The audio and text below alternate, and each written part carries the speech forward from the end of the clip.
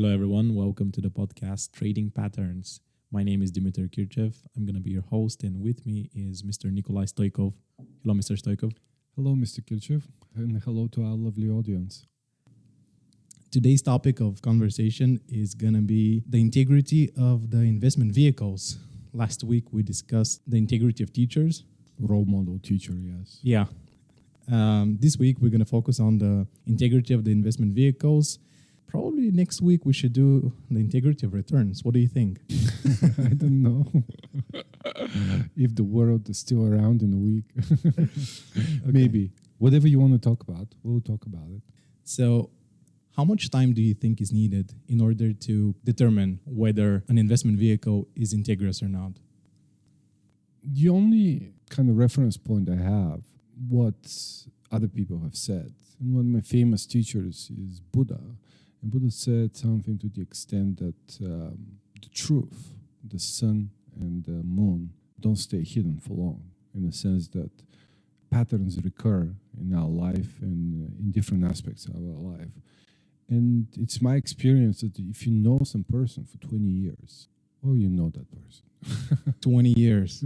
That's a lot of time. I know. If you're 20-something years old, that sounds like eternity. Yeah, I'm barely 26. But the reality is, I do have friends that I've been friends with for 35 years. And 48 right now. And yeah, we met at like 13, 14. And we've kept in touch. And I have a few of those friends so that been around me for a long time. So I guess really kind of, if something stands the test of time, I guess that relationship is real.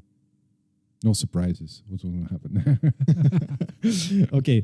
Earlier on, you mentioned that you prepared some graphs for us. Information, if that's okay.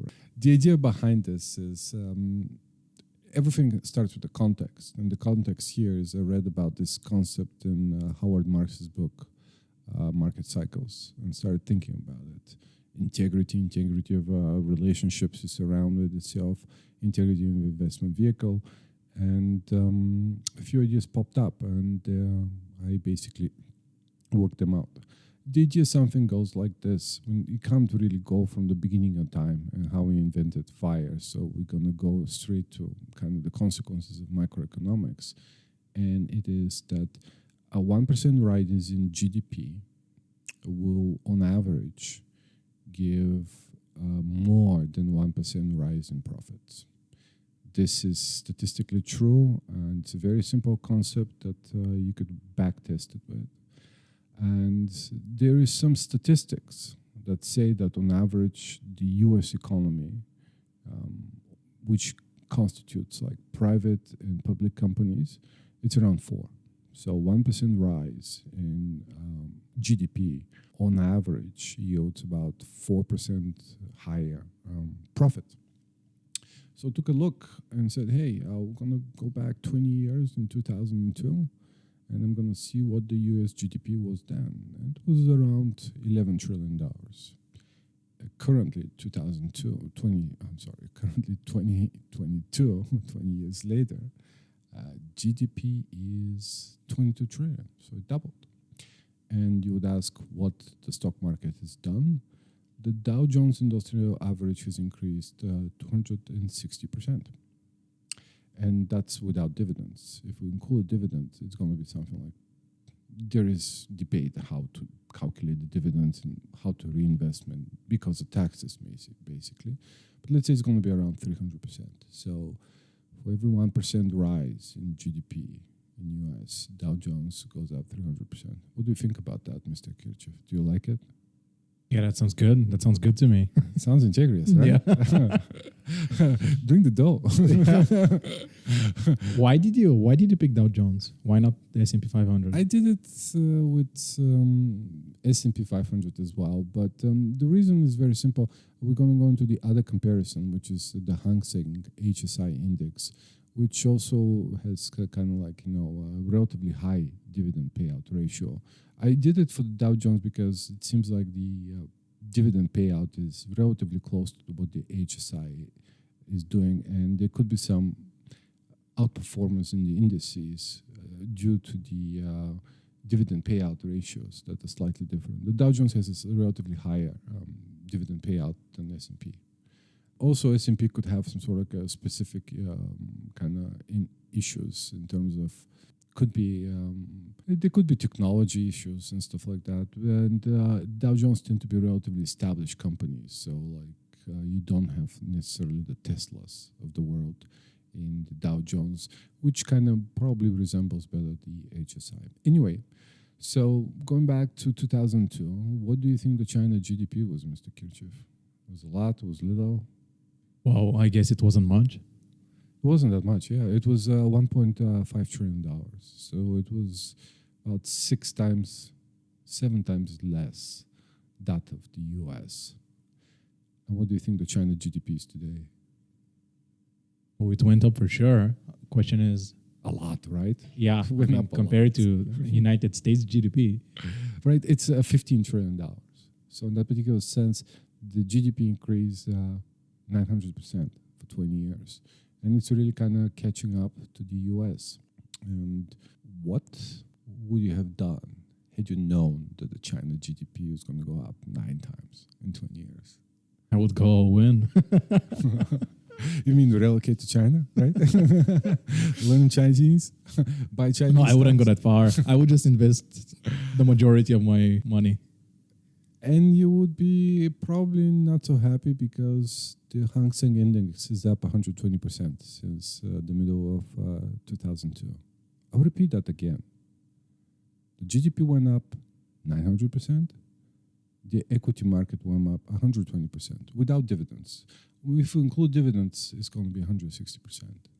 So in that particular sense, what would have been worse than investing in the Hang Seng? It would be buy the HSI and short the Dow Jones as a hedge. That would have been a hammer. What explains the fact that the market didn't go that up? I think That luck. high? I think luck. No, for 20 years, luck. Right, it's no a way. question that nobody could really answer exclusively, can be sure. I think that my experience going to China, we went to China on a company visit in 2018, and I'm in a 5 million kind of people living city. And I go into a supermarket, and I haven't seen a white person or any foreigner. And an old guy, maybe in his 60s, kind of cut me off. There were 5 people on the line. I was the 6th guy, and the guy cut me off. I was like, wow, you have to kind of protect your spot here. I don't know. I think that in general, country is governed by the Chinese Communist Party, and as the name clearly suggests, the Chinese Communist Party is concerned with all things Chinese and communist. And then, if something is left over, maybe for foreigners. It's really, this is a historical pattern. It's very difficult to get ahead as a foreigner if you have to enforce some sort of a foreclosure on Chinese entities, and there is very stringent requirements what a foreign company can do. And those policies, I guess, translate into companies that are doing business in Hong Kong or listed on Hong Kong, usually with a lot of activity in China, that underperform what a very simple macroeconomic theory suggests they should do. One of the conclusions is that those companies tend to have other functions that tend to be more important than profitability. And it seems like it could be true. You mentioned that the Chinese Republic has the Communistic Party that pretty much controls what investors get, especially foreigners. Probably. Yeah. Okay, so what is your experience? What does your research say about the European market? What do you think it says? If communists are your argument, then I would guess it's better than the Asian market. The It's European better. market is better It's than better, but it's not too much better. It's like it's not. I mean, Chinese market is really the worst performer relative on that one. But if you put the measuring stick as the U.S. market, there's hardly a market in the world outside the U.S. where numbers are that good. I mean, they really deteriorate. It's very hard for me to explain exactly why that is. Part of it is the US productivity continues to go up while, especially in Europe, productivity is kind of leveled off in the sense that some sort of structural problems with labor markets. But it's also, I guess, creativity or kind of entrepreneurial spirit in the sense that just people take less chances in Europe. We don't really know. But the statistical evidence is that the U.S. market is really integrative, not just the Dow Jones or the S&P 500, but also like the Russell 2000, the mid-cap 400, and just the level of integrity, how companies or businesses in the U.S. tend to be run, seems to be very good. And it seems like there might be some other social issues that come in Europe as well. We don't know. That is very interesting for you to say that statistically the United States market is the most integrous. Aren't the biggest scandals from the United States market? But here I'm talking about Enron, yes. And very recently Ernst & Young. That might be news for our listeners. Right. Most of you probably haven't even been trading, or some of you may have not even been born when those things happen. WorldCom, Enron. In Europe, there was Parmalat. Yes, fortunately, unfortunately, I was actually trading. Yes, it does happen. I guess every society has a few bad apples, but those things probably not representative of what the U.S. corporate culture is. Yes, those things did happen. Those companies really did something awful, but the reality is they're not representative of the overall performance of companies. Okay, I would like to move on to the most notorious investment vehicle, I would say, hedge funds. What would that be? Ooh. Hedge funds. But that's great. So Hollywood, portraying Wall Street the way it usually does, also portrays hedge funds in a particular way. So I would like to ask, what is your experience? Are they integrous? And what do you have to say about the fact that they don't usually last? That's the hedge funds. First of all, to disclose to our listeners and viewers, I've worked for 2 hedge funds, and I'm still under non-disparagement clause from both of them, which seems to be forever. Forever? Yes, there is no end date on those employment contract non-disparagement clause. I could only say the facts. Yes, those hedge funds don't exist in that capacity anymore. That's not very uncommon. Average hedge fund life tends to be less than what most people expect. In terms of whether it's integrous or not, we can only go back to what the statistics say or what experts say about the statistics. And that's a very important question. We might do an episode on that, on what's the truth, a level of truth. And one of the experts in this, Warren Buffett, bet that markets, S&P in that particular case, will beat a collection of hedge funds. So in that particular sense, Warren Buffett thinks that hedge funds are not integrous. Yeah, Warren Buffett has very strong, statistically significant, positive investment performance. And his opinion takes over. I think there was some guy that actually took that bet and lost, right? Yes, he lost. He was a fund analyst, so he thought that he was going to pick the best hedge funds. It turns out that maybe there's no such thing as consistently picking winners in hedge funds. It seems that's what Warren Buffett seems to be implying. Warren Buffett, it seems like he was betting more on the concept of passive management and active management. Yes, this is really something that it's very difficult to see, or something that your kind of subconscious blocks. For example, in the Middle Ages, people thought that it's impossible for viruses to cause many of those diseases. because you don't see them. How could something that you don't see actually cause such a big damage to your health?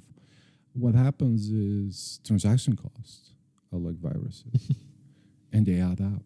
And that's all Warren Buffett was betting. He's like, if you guys start to bet in terms of trading is very addictive. So like once you start like getting in and out, you're gonna overtrade, and that's enough. So in a sense that, well, if you're exposing yourself to viruses, it's something you're gonna catch. Well, it doesn't seem very kind of like threatening, but the reality in aggregate, doing it every day, it's like picking up a little bit of chocolate every day. Don't be surprised you kind of gain a few pounds versus somebody that's not. Okay, so I didn't work in a hedge fund yet. How like, humble of you. Yeah. Well, so you have that experience. So from your perspective, tell me whether that is true or not. The hedge fund, when it gets incorporated, they try to gather as many investors as they possibly can, so the institutional clients can sense that and they can get their money in as well, correct? Yes. Yeah. So is it true that regardless of how much money does a hedge fund control, they don't disclose information? Well, they don't disclose information to the public, but they disclose it to the investors and potential investors. Yes, that's usually the case. But are they required to? When I was working there was no disclosure necessary. Nowadays, disclosures have been getting heavier and heavier. A hedge fund that's based in the U.S., it's soliciting U.S. investors, does have to kind of disclose information to the SEC if it solicits U.S. investors actively. If it doesn't solicit U.S. investors actively and does not register with the SEC, usually it does not have to disclose information. You could go another round and don't actively solicit U.S. investors, which usually means pension funds. And just take private money. You could do that in the beginning. There's good and bad. It's difficult. It's not for me to say if that regulation is particularly helpful or not. I could see that it goes both ways. The regulators know more about the entity and the investors, while it's more expensive to actually run a hedge fund. You co-founded a hedge fund. Yeah. Taiki Capital, correct? Yes, above a Chinese restaurant. Also, you were above a Chinese restaurant. Yeah, we were meeting above a Chinese restaurant. That is not as fancy as I thought it would be. It's not as fancy. I thought that this is like the craziest decision I've ever made. Okay, so how was it? How was it from your perspective, from your experience? Because right now, you're the managing director of Alaric Securities. Right. Yeah, so Alaric Securities is a broker. Yes. Provides brokerage services, but besides that, also deals in portfolio management. Yes. So you could say that you've been on both sides. Yes. A hedge fund, it's pretty much no regulation. Yes. At that point, practically none. To a company that is more of a, correct me if I'm wrong, but family office. Yes. For the listeners, Taiki Capital happened in 2002. So that was 20 years ago. So how was it compared to what you do right now? It's different. It's different. It's different and the same in many different things. Is that I would say that my education in terms of portfolio management really started when I joined that hedge fund. I was a market maker before then, and I knew options, stocks, maybe a little bit, but patterns or the habits or what it takes to be a successful portfolio manager, I started picking up at Taiki. The hedge fund doesn't exist anymore, but I really learned a lot, and I still use kind of many of the insights I gained. Certainly the experience. I mean, one of the things that happened is I was trading practically all the world markets. For example, I was trading Japan, I was trading Europe, I was trading US. I was trading different structures, credit derivatives, equity derivatives, fixed income derivatives, so all kinds of derivatives.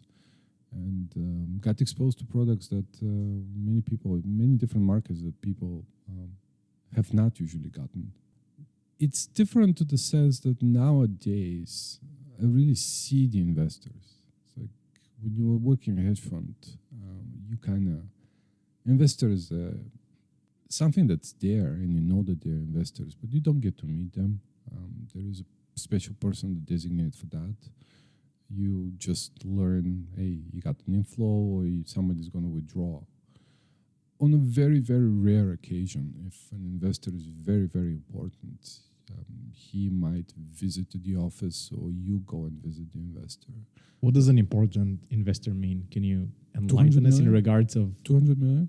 200 million. Yeah. So 200 million buys you to get through the door and meet the people that control your money. Oh, I don't know if they ever really wanted to meet us. It's not like if you are CalPERS, for example, California Public Employee Retirement System. Do you really consider 200 million a lot of money? Probably not. So I don't know if those people really wanted to meet us, or it was just difficult. But I never met them. I never met any of the investors. So there was no face to the money that you're controlling. Yeah, there's no face to the money. It's just something like a voice maybe, or some sort of a logo. Is it easier to control money when you don't put a face on it? I don't know if it's necessarily easier. I tell you that it's a lot harder to allocate money when you know the face. It's very hard. I mean, my dad's colleague, my dad passed 6 years ago, and he came over with not like small money amount. And we sat down and we started talking about the choices that he has. He said the darnest thing. He said, Nikolai, I'm not going to get it. You can explain to me A, B, or C, but I'm not going to get it. I'm just going to go get a little bit of money, a lot, but still want to get some money. And I'm going to choose whatever you tell me it's the best. But I'm not going to get it.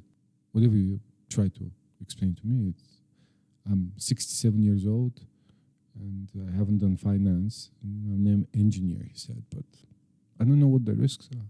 You tell me what are the risks. I tell you, I went home. I barely slept. I mean, it's one thing to tell people, hey, here's the choices, and you pick up the short straw, but yeah, this is my dad, and he's no longer alive, and this is the guy that he worked with for a very long time. I'm not gonna get it, Nikolai. You tell me what's the best. Yeah, until that day, or until those days, decisions about other people's money could be made, maybe a little bit more trivial, not so deep analysis kind of way. Okay, so last week's episode, a lot of people were actually impressed with LL Cool J's right. reference. What would a person do with $1 million? And you mentioned something like a Lambo. Yeah. Girls in bikini in a Lamborghini.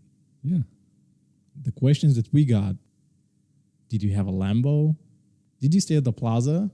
And are girls in bikini heavily correlated with the financial industry? I've stayed at the plaza, never gotten a Lambo. A Lambo is a very bad investment. Turns out that as you grow old, it seems like I walked into a little bit of money a little bit later on after my 25th birthday. At that point, I had a little bit experience with women, and the strange thing that if you'd say a woman is, here you could buy $1 million Lambo, and you could buy, I don't know, $300,000 Porsche. And she'd say, well, why would you want to buy a Lambo? Turns out that people that distinguish and know how much car costs are men. And don't be surprised if you buy a Lambo and you have young boys taking pictures in front of a Lambo, not girls in bikini. So, wow, it's like both of them are good cars. It does seem that your target audience, if your target audience is young women between the age of 23 and 25, it's really more cost efficient to buy a Porsche. They don't practically make the difference, do they? They would not make the difference. I mean, it's still a race car. It's a Yeah. sports car. It's still a a sports car. It looks It- good. Both of them cost a lot of money. Just one is like 4 times more expensive. Yeah.